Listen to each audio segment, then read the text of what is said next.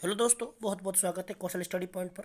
फटाफट क्लास को करेंगे साथियों। इसके अंतर्गत आपके राजस्थान जीके से संबंधित आपकी जो ज्योग्राफी है साथियों, वहाँ से लिए गए प्रश्न, जिसके अंतर्गत आपके 20 से 30 प्रश्न इस श्रृंखला के अंतर्गत होने वाले हैं। बहुत ही फटाफट अंदाज में इनको करने वाले हैं।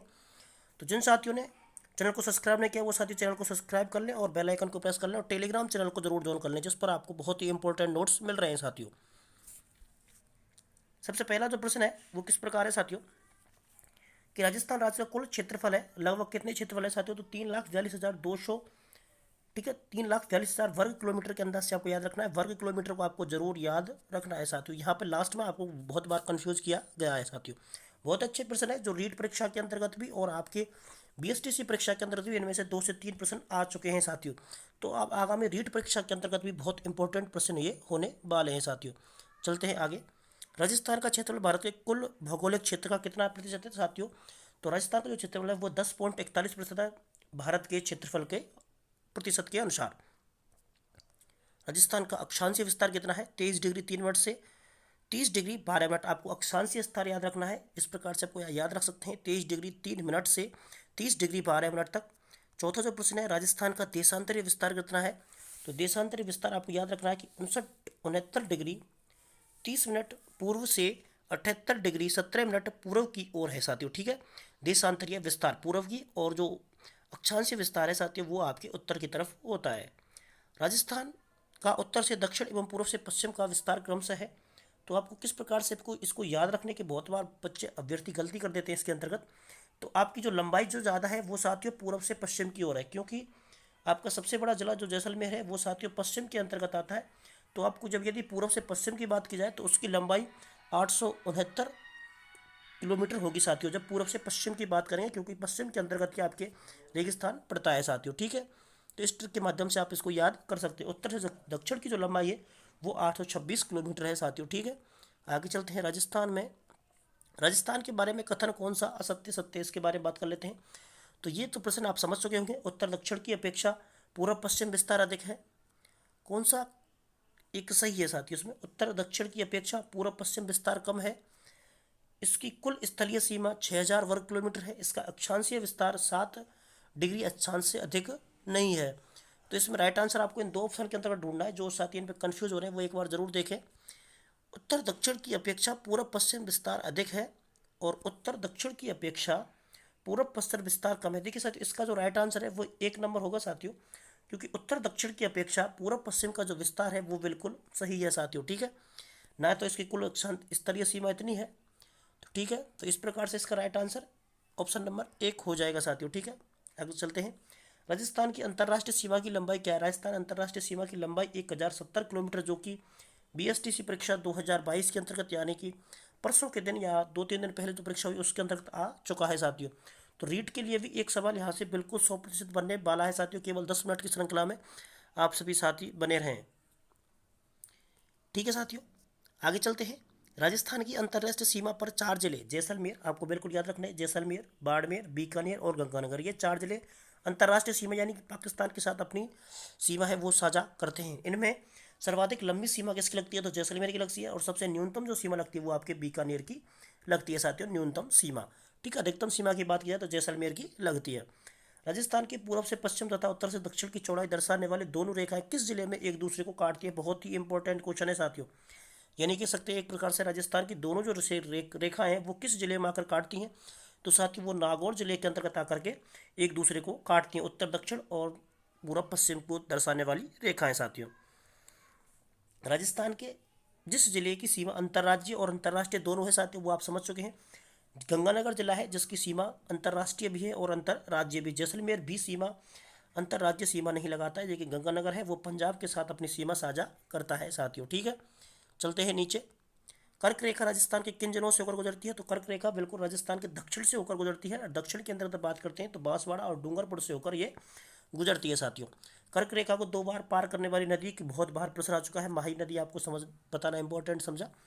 राजस्थान के जिस जिले में अधिकतम अधिकतम जिलों की सीमा स्पर्श करते हैं, यानी कि वह जिला जो सर्वाधिक जिलों की सीमा को स्पर्श करता है वह है पाली जिला, जो कि 8 जिलों की सीमा को स्पर्श करता है साथियों। 8 जिलों से टच है पाली जिला।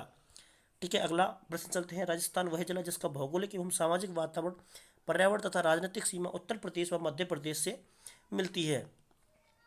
तो एकमात्र धौलपुर जिला है। देखिए अब भरतपुर में बहुत सारे साथी यहाँ पर भरतपुर में भी कंफ्यूज हो सकते हैं, क्योंकि यूपी का नाम सुनते ही भरतपुर के बारे में सोचेंगे साथियों, लेकिन इसमें जो क्वेश्चन है वो एमपी के बारे में है। एमपी के साथ एकमात्र जिला है जो धौलपुर, जो एमपी और यूपी दोनों के साथ में टच में है साथियों। ठीक है, धौलपुर जिला आपका राइट आंसर यहाँ से हो जाएगा। ठीक है, चलते हैं नीचे। अगला 14वां जो प्रश्न है साथियों वो पढ़ेंगे, बहुत अच्छा प्रश्न है। राजस्थान में नवगठित 33वें जिले प्रतापगढ़ का गठन किन किन जिलों क्षेत्रों को मिलाकर किया? बहुत ही इंपॉर्टेंट क्वेश्चन मान सकते हैं आप सभी साथी, कई बार आ चुका है और आएगा भी साथियों। ठीक है, तो इसके प्रतापगढ़ के अंतर्गत 3 जिलों को सम्मिलित किया गया था, जिसमें आपको याद रखना है बांसवाड़ा, उदयपुर और चित्तौड़। बांसवाड़ा, उदयपुर और चित्तौड़, इन तीनों को मिलाकर के प्रतापगढ़ का निर्माण हुआ था। प्रतापगढ़, चित्तौड़गढ़ आप याद रख सकते हैं इस प्रकार से। और प्रताप में आपको सबसे पहले पा मिला है, तो यहाँ से आप उदयपुर भी याद रख सकते हैं। ठीक है, और बांसवाड़ा भी आपको याद रखना है, बांसवाड़ा, उदयपुर और प्रतापगढ़ साथियों। ठीक है, अरावली की निम्न पर्वत चोटियों की जिनकी ऊंचाई के आरोही क्रम में आप याद रखना है। आरोही कहते हैं साथियों बढ़ते हुए क्रम को। ठीक है, आरोही कहते हैं हमेशा बढ़ते हुए क्रम को। तो सबसे जो निम्नतम स्तर की जो चोटी है साथियों अरावली के अंतर्गत वह है रघुनाथगढ़। निम्न नहीं कह सकते, थोड़ी सी ये मोस्ट ऊपर की जो 4 हैं साथियों वो हैं, ऊपर की जो 4 सीढ़ियाँ जो सबसे बड़ी हैं उनमें भी आपको आरोही क्रम बताया गया है। रघुनाथगढ़, कुंभलगढ़, अचलगढ़ और जरगा। जरगा जो है साथियों वो अरावली की उच्च चोटियों में सम्मिलित की जाती है साथियों। इन 4 चोटियों के अंतर्गत हम बात कर रहे हैं, जबकि सबसे ऊंची चोटी ये नहीं है अरावली की, इनको ध्यान रखना है साथियों।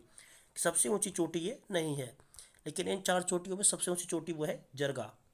ठीक है, अरावली की पर्वत चोटियों को उनकी ऊंचाई के अवरोही क्रम में स्पष्ट कीजिए। अवरोही क्रम आप समझ गए होंगे, यहाँ पर आपका घटता हुआ क्रम, जो क्रम ऊपर था उसके उल्टे विपरीत हो जाएगा। सबसे पहले जरगा, अचलगढ़, कुंभलगढ़ और रघुनाथगढ़ साथियों। ठीक है, नेक्स्ट चलते हैं। नेक्स्ट जो प्रश्न है, राजस्थान के किस भौतिक क्षेत्र में मुकंदरा की पहाड़ियाँ स्थित है? तो मुकंदरा की जो पहाड़ियाँ है साथियों वो हड़ौती पठार यानी कि कोटा के अंतर्गत मुकंदरा हिल्स के नाम से आपने सुना होगा। कोटा झालावाड़ के अंतर्गत ये पड़ता है और हड़ौती के पठार के अंतर्गत ये पहाड़ियाँ स्थित हैं। निम्नलिखित में से कौन सा एक कारण राजस्थान में मरुस्थलीकरण का नहीं है?